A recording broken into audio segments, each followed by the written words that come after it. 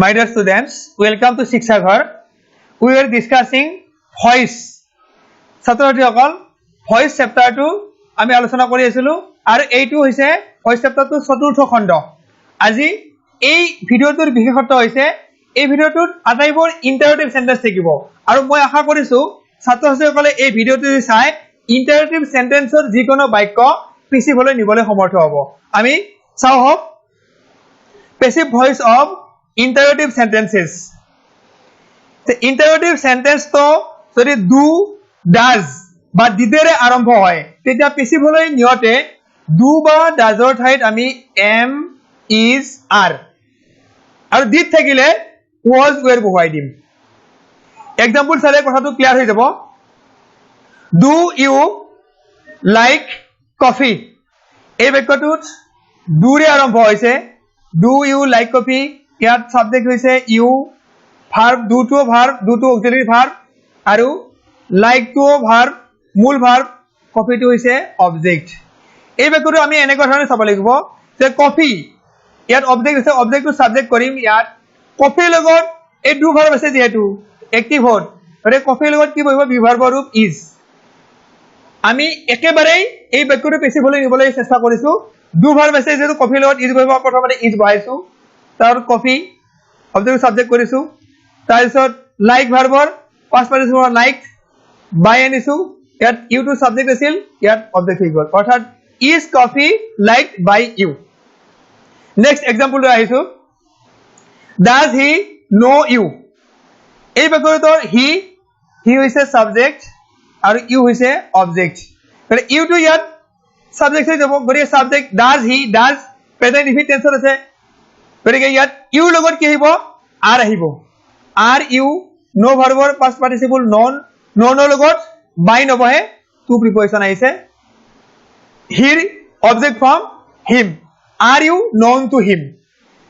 অৰ্থাৎ আমি do বা does থাকিলে am, is, are এই তিনিটা verb auxiliary verb বহাব লাগিব subject অনুসৰি। নেক্সট এটা এক্সাম্পল আহিছো, এবাৰ আছে did she buy the book? ইয়াত she হৈছে subject আৰু the book হৈছে object। গতিকে did আছে past tense আছে নিশ্চয় বাক্যটো, গতিকে the book object subject কৰিছো, the book ৰ লগত past tense was বহিব, was টো আমি বাক্যৰ আৰম্ভণিতে লিখিছো। was the book by past participle, bought by she টো কি হ'ব her। অৰ্থাৎ ছাত্ৰছাত্ৰীসকল তোমালোকে এটা কথা মন কৰিবা, ইন্টাৰেটিভ সেন্টেন্স ছাত্ৰছাত্ৰীসকলে কিছু টান পায়, কিন্তু ইয়াত টান পাবলগীয়া একো নাই, কেৱল এই অক্সিলাৰী ভাৰ্বটো প্ৰথম বাক্যটোত is, দ্বিতীয় বাক্যটোত are, তৃতীয় বাক্যটোত was, এই অক্সিলাৰী ভাৰ্বটোহে আগৰ পিনে বহিছে। কাৰণ আমি জানোৱেই যিকোনো ইন্টাৰেটিভ সেন্টেন্সত বাক্যৰ আৰম্ভণিতে অক্সিলাৰী ভাৰ্বটো বহাব লাগে, নাইবা তাৰ আগত যদি w টো থাকে সেই w টো অক্সিলাৰী ভাৰ্বটোৰ আগত বহে। অৰ্থাৎ এটা অক্সিলাৰী ভাৰ্বেৰে আমি ইন্টাৰেটিভ সেন্টেন্স আৰম্ভ কৰো। ইন্টাৰেটিভ সেন্টেন্সটো যদি have বা has এৰে আৰম্ভ হয় তেতিয়া আমি পেসিভ কৰোতেও have বা has এৰে আৰম্ভ কৰিম। সাবজেক্ট অনুসৰি have বা has বহাম। Example have you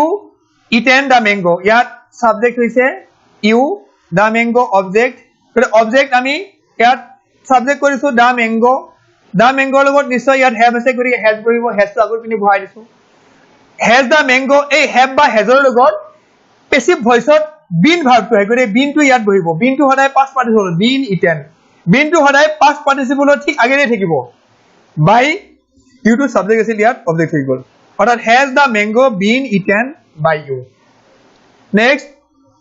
has he bought the books? ইয়াত he হৈছে সাবজেক্ট, the books object, আমি অবজেক্ট টো সদায় বিচাৰিব জানিব লাগিব, গতিকে the books ৰ লগত এইটো have আছিল বা has, গতিকে books টো প্লুৰাল নাম্বাৰ, তাৰ লগত নিশ্চয় have বহিব, have the books, have ৰ লগত ইয়াত been বহিব, been, bought টো আছে ইয়াত, been bought by he টো him হৈ গৈছে, অৰ্থাৎ have the books been bought by him। ছাত্ৰসকলে এটা কথা মন কৰিবলগীয়া, এই be, been, being এইবিলাক সদায় past participle ঠিক আগেৰে থাকিব। ইয়াত have বা has যেহেতু been আছে, been eaten, ইয়াত been bought, এইটো সদায় past participle ঠিক আগেৰে বহাব লাগিব। ইন্টাৰেটিভ সেন্টেন্সটো যদি can, could, may, might, should, would, must আদিৰে আৰম্ভ হয় তেতিয়া পেসিভ কৰোতেও ঠিক সেই ভাৰ্বটোৰে আমি আৰম্ভ কৰিম example can you do all these sums ইয়াত কেনেৰে আৰম্ভ হৈছে সাবজেক্ট হৈছে you আৰু অবজেক্ট হৈছে all these sums আমি কেনেৰে আৰম্ভ কৰিছো can আৰু অবজেক্টটো আমি ইয়াত সাবজেক্ট কৰি can all these sums কেনৰ লগতে এটা বি বহে এই বি টো আমি ইয়াৰ আগৰ এক্সাম্পলটো কৈছো মই এই বি done past participle ঠিক আগে দিবছো দু ভাৰ্বৰ past participle done by ইয়াত you subject আছিল ইয়াত object হৈ গল can all these sums be done by you next example might I use your pen ইয়াতো আমি might I to subject your pen object এটা might এর বিষয়তে আমি subject to object কৰিছো your pen might এর লগতো be বহে be used user past participle by I to me হৈ গল alright might your pen be used by me interrogative sentence তো যদি am is are নাইবা was were এর আৰম্ভ হয় তেতিয়া পেসিভ হলে নিয়ত am is are থাকিলে আমি এই is are এর আৰম্ভ কৰিম বা was এৰ থাকিলে এই was বা were এৰ আৰম্ভ কৰিব লাগিব example are you reading the novel এটো এটা আসলতে প্রেজেন্ট কন্টিনিউয়াস টেন্সৰ বাক্য এই বাক্যটো are এৰ আৰম্ভ হৈছে are থকাৰ কাৰণে ভাৰ্বলত ing হৈছে ইয়াত সাবজেক্ট হৈছে you আৰু অবজেক্ট হৈছে the novel আগৰ দৰে the novel টো আমি সাবজেক্ট অবজেক্ট আছিল ইয়াত সাবজেক্ট কৰিম ইয়াত সাবজেক্ট আছিল the novel ৰ লগত নিশ্চয় প্ৰেজেন্ট কন্টিনিউয়াস টেন্সৰ বি ভাৰ্বৰ ৰূপ is বহিব is আনিছো হে আমি কন্টিনিউয়াস টেন্সৰ ৰিডিং আছে সেই কাৰণে আমি being আনিছো reader past participle r e a d সেইটোৱে হয় by you is the novel being read by you present continuous tense or বাক্য next were they playing cricket এবারে তো past continuous tense আছে ইয়াত সাবজেক্ট হৈছে they আৰু অবজেক্ট হৈছে ক্ৰিকেট মানে ক্ৰিকেট তো ইয়াত আমি সাবজেক্ট কৰি দিছো এইটো অবজেক্ট ইয়াত সাবজেক্ট কৰি দিলো গতিকে ক্ৰিকেট past continuous tense আছে was ইয়াত were আছিল দে কাৰণে এবাৰ আমি ক্ৰিকেট কাৰণে was আনিলো being আনিছো ing আছে ভাৰ্বল লগত being player past participle played by they to them হৈ গল অৰ্থাৎ was cricket being played by them এনেকুৱা ধৰণে যদি বাক্যটো am is are এৰে আৰম্ভ হয় তেতিয়া পেসিভ হতো am is are এটাৰে আৰম্ভ হ'ব ইয়াত কেৱল আমি সদায় এটা মন কৰিবলগীয়া সদায় আমি past participle এটো বাৰে বাৰে কৈ আছো past participle form ব্যৱহাৰ কৰিব আমি ৰিডিং ব্যৱহাৰ কৰিব নোৱাৰো ইয়াত playing ব্যৱহাৰ কৰিব নোৱাৰো সদায় past participle form ব্যৱহাৰ কৰি ing অৰ্থাৎ কন্টিনিউয়াস টেন্স বুলি কোড গম পালো এই being টোৰ পৰা আমি কন্টিনিউয়াস টেন্স যে গম পালো কি কন্টিনিউয়াস এইটোৰ পৰা গম পালো is প্ৰেজেন্ট ফৰ্মত আছে প্ৰেজেন্ট কন্টিনিউয়াস ঠিক তেনেকৈ being কন্টিনিউয়াস টেন্সৰ আছে কি কন্টিনিউয়াস was আছে গতিকে past কন্টিনিউয়াস গতিকে আমি এনেকুৱা ধৰণে পেসিভ ভয়েসত থকা বাক্যৰ টেন্স জানিব পাৰো ইন্টাৰোগেটিভ সেন্টেন্সটো যদি এবাৰ who ৰে আৰম্ভ হয় who ৰে আৰম্ভ হলে আমি সদায় পেসিভত by whom ৰে বাক্যটো আৰম্ভ কৰিম কেইটামান আমি এক্সাম্পল চাইছো who does the work এই বাক্যবিলাকত এই বাক্যটোত সাবজেক্ট কোনটো who does এইটো ভার্ব this work এইটো আছে অবজেক্ট গতিকে who থাকিলে আমি by whom আনিছো সেটো বাক্যটো প্রেজেন্ট আছে does গতিকে বি ভাৰ্বৰ প্রেজেন্ট ফর্ম is আনিছো কিয় আনিছো এই this work টো ইয়াত সাবজেক্ট হৈ গল গতিকে এইটো ভার্ব এইটো সাবজেক্ট হৈ গল গতিকে তাহলে this work হলো নিশ্চয় is বহিব আৰু does ৰ past participle form done by whom is this work done একেটা বাক্য আনিছো এবাৰ does টো আমি did কৰিছো ছাত্ৰছাত্ৰী কলে এটা মনত ৰাখিবলৈ সুবিধা হ'ব মই একেটা এক্সাম্পল দিছো অৰ্থাৎ একেটা ভাৰ্বেই লৈছো কেৱল টেন্স বোৰ সলনি কৰি কৈছো এই does আছিল does ৰ কাৰণে is আহিছিল এবাৰ did আছে past tense আছে সেই কাৰণে কি হ'ব এবাৰ was পাৰ্থক্যটো তাতেই বাকিখিনি একে আছে তোমালোকে মন কৰিবা এবাৰ will do আছে ফিউচাৰ টেন্স গতিকে will আহি ইয়াত be আহিছে সদায় past participle আগত বহে বুলি কৈছিলে be been being এইবিলাক past participle আগত বহে by whom will this work be done future indefinite tense আছে কেৱল verb টো হলনি হৈছে be verb টো এবাৰ আছে কন্টিনিউয়াস আছে who is doing this work তো by whom আনিছো আমি this work ৰ লগত নিশ্চয় be verb ৰ ৰূপ is বহিব প্ৰেজেন্ট কন্টিনিউয়াসত কন্টিনিউয়াস কাৰণে being আনিছো past participle done গতিকে by whom is this work being done present continuous bar past কন্টিনিউয়াসত আহিব এবাৰ past কন্টিনিউয়াসত আমি এটা ভাৰ্বে হলনি কৰি ইজ লিখিছিলো ইজৰ হলনি এইবাৰ আমি was দিম by whom was this work being done পাৰ্থক্যটো তাতেই এই was দিয়াৰ লগে past continuous tense হৈ গল ইজ হোৱাৰ কাৰণে ইয়াত কি আছিল প্ৰেজেন্ট কন্টিনিউয়াস টেন্স আছিল এবাৰে প্ৰেজেন্ট পাৰফেক্ট টেন্স লৈ আহিছো অৰ্থাৎ মই গটেকটা টেন্সৰে একোটিকৈ উদাহৰণ দিবলৈ চেষ্টা কৰিছো who has done this work by whom আনিছো this work অবজেক্ট আছিল ইয়াত this work ৰ লগত প্রেজেন্ট পারফেক্ট টেন্সত has আহিব has টো আগত লিখিছো this work has ৰ লগত কি বহে been done been done और by whom has this work been done এইবাৰ past perfect টেন্সত হে একেই হ'ব has ৰ হলনি ইয়াত had আহিব by whom had this work been done ইয়াত who had done this work by whom had this work been done যদি can থাকে who can do this work can থাকিলে আমি can এ আনিম সেই can or can could may might থাকিলে সেইটোৱে এই ভাৰ্বটো আহে by whom আনিছো by whom ৰ পিছতে can আনিছো can আনি অবজেক্টটো ইয়াত সাবজেক্ট কৰিছো তাৰ পিছত be ভাৰ্বটো আছে can ৰ লগত বহা be ভাৰ্ব আৰু do ভাৰ্বৰ past participle done আৰু by whom can this work be done এনেকৈ ধৰণে হুৰে অহা যিকোনো বাক্য তোমালোকে পিছিবলৈ নিবলৈ নিশ্চয় সক্ষম হ'বা এবাৰ আমি আহিছো হোৱাতেৰে আৰম্ভ হোৱা বাক্যৰ পেসিভ ফর্ম এটা এক্সাম্পল লৈছো what do you want এই বাক্যটোত do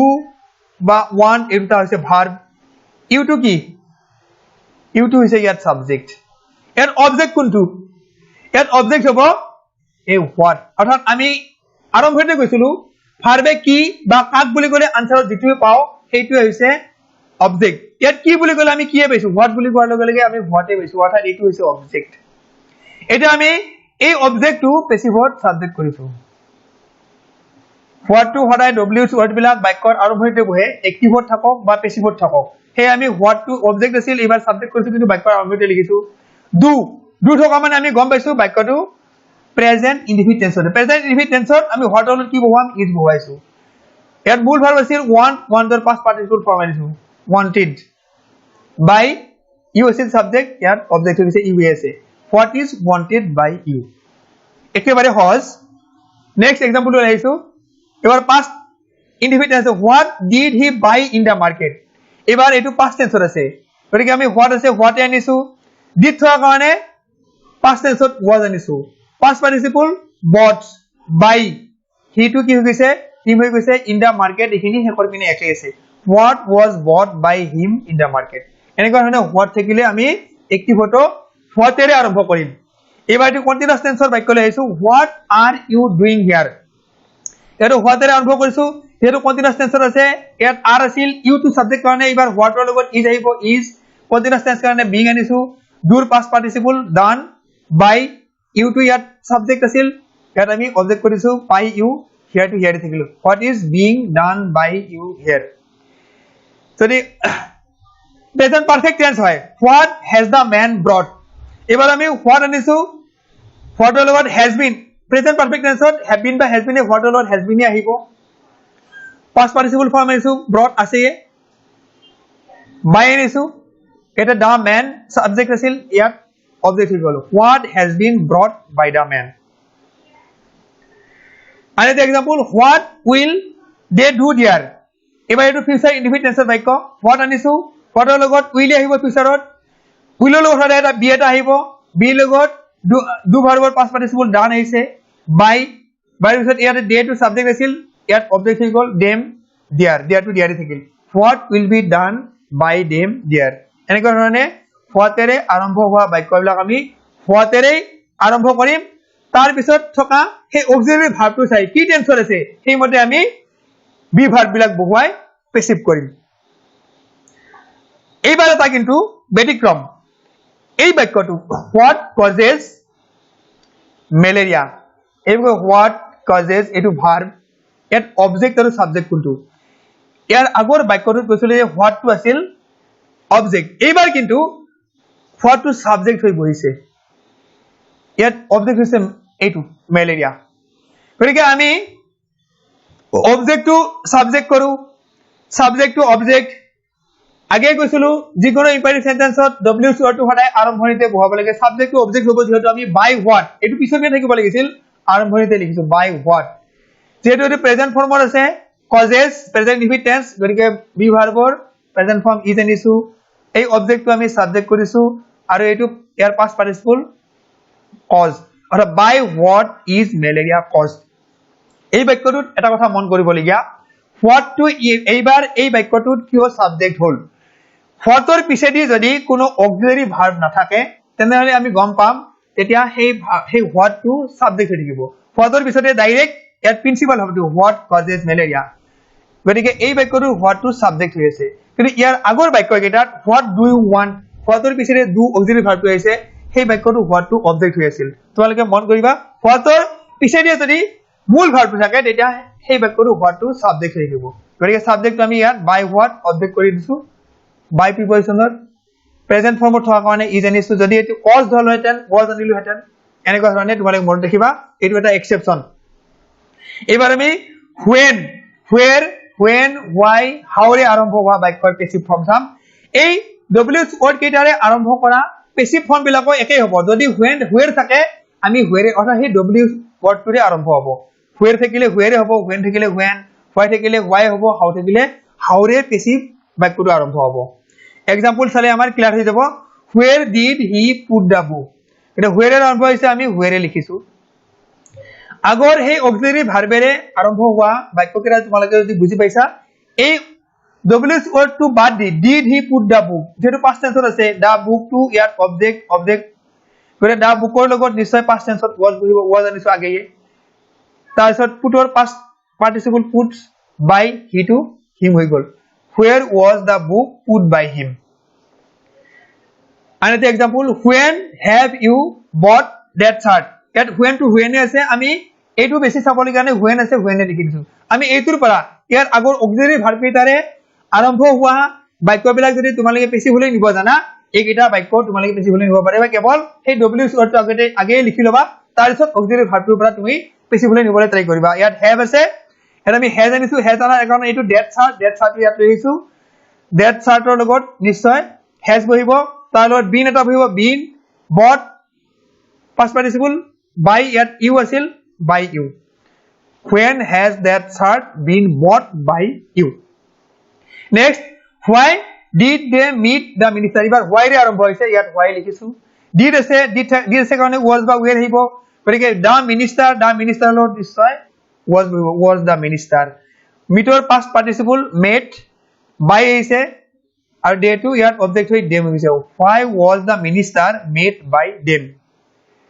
next how has he solved the problem এবাৰ how হৈছে আমি how to how এ ৰাখিছো how লগত has present perfect tense আছে আমি has এ আনিছো কাৰণ the problem নিশ্চয় has এ বহিব has the problem has থকা কাৰণে has বা have লগত been বহিব এটো been আনিছো solve or past participle to আছে been solved by he to him হৈ গল ইয়াত এই him to ইয়াত how has the problem been solved by him এনেকুৱা ধৰণে আমি where when why how আদিৰে বাক্য